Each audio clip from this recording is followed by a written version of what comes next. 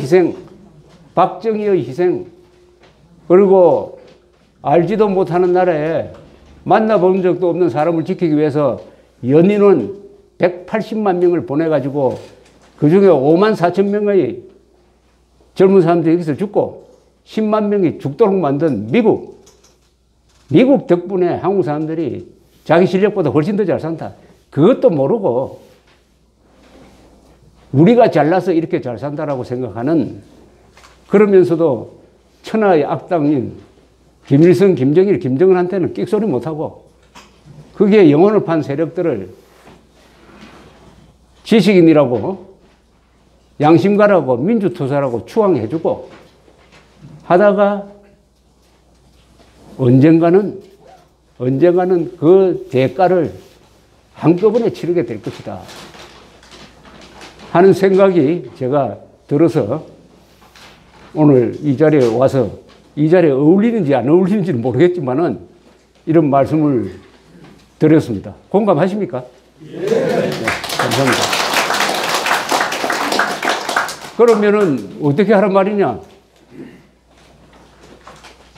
이런 어마어마한 일에는 보통 획기적인 대책이라는 게 안 나옵니다.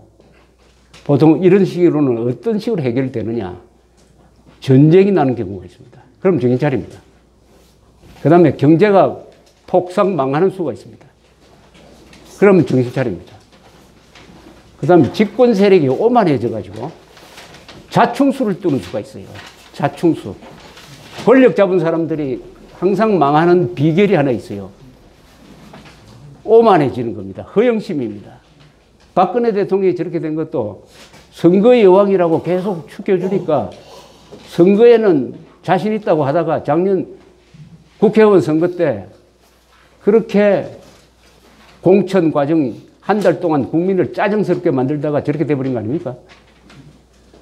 문재인 정부가 그런 오만과 허영심으로 무너지는 수도 있다 이겁니다. 그렇다고 해가지고 우리 국민된 입장에서 가만히 있어야 되느냐?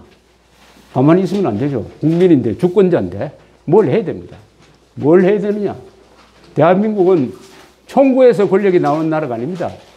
여론에서 권력이 나옵니다. 즉 여론이 선거를 통해서 정부를 만들고 정부를 바꾸고 합니다. 이 여론을 바꿔야 됩니다. 즉 속지 않는 국민을 만들어야 돼요. 분별력이 있는 사람을 만들어야 됩니다. 여기 계신 분들은 다 민주시민의 자격이 있는 분별이 있는 분들입니다. 특히 경상도 분들. 그런데 배운 층, 배우고 고소득자고 젊은 층, 이 집단이 문제입니다. 이쪽이 애국심이 없어요. 공짜 좋아해요. 이승만 박정희를 미워하는데 앞장섭니다. 이 층을 바꿔야 됩니다. 주로 40대. 이 층을 어떻게 바꿀 거냐 하는 것은 각자가 자기 집안 주변을 한번 살펴보면 됩니다. 아마 그런 사람이 자기 조카일 수도 있고 아들일 수도 있습니다. 외손녀일 수도 있어요. 자기가 할 수 있는 범위의 일을 해야 됩니다. 누구 보고 뭐 해달라고 하기 전에 나는 뭘 할 거냐. 이런 위기감을 제가 오늘 설명드린 것을 위기라고 생각하시면은 나는 뭘 할 거냐. 나부터 행동해야 됩니다. 나부터 행동해야 돼요.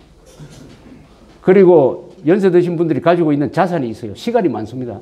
지혜가 있어요. 돈도 있습니다. 이걸 써야 합니다. 써야. 남을 위해 써야 합니다. 자기를 위해 쓰지 말고 국가를 위해 써야 합니다. 젊은 사람들을 길러야 합니다. 젊은 애국자를 길러야 합니다.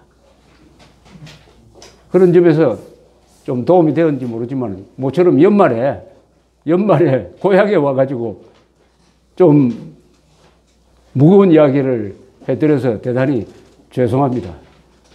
이런 좋은 도시는 아니지만 좋은 마을이 앞으로 계속 번창하고 여기에서 사시는 분들은 사실상 도회로 나간 분들과 달리 대한민국의 정신을 지켜가는 분 아닙니까? 여기 와서 저기 회순이 전부 한자로 적혀 있는 거 보고 정말 반가웠습니다. 오늘날 우리 기성세대가 잘못한 게 세 가지가 있습니다. 하나는 공산주의가 절대 악이라는 걸 안 가르쳤어요. 그리고 국방은 우리가 해야 된다는 걸 안 가르쳤습니다. 미국에 의존하고. 세 번째, 한자를 없앤 거.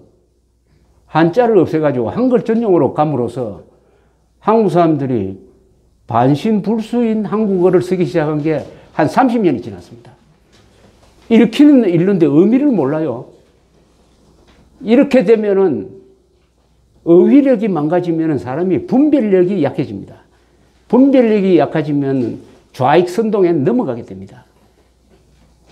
어휘력만큼 사람은 성장할 수 있다고 하는데 이 한자를 우리가 폐지한 그 후유증이 바로 잘 속는 국민.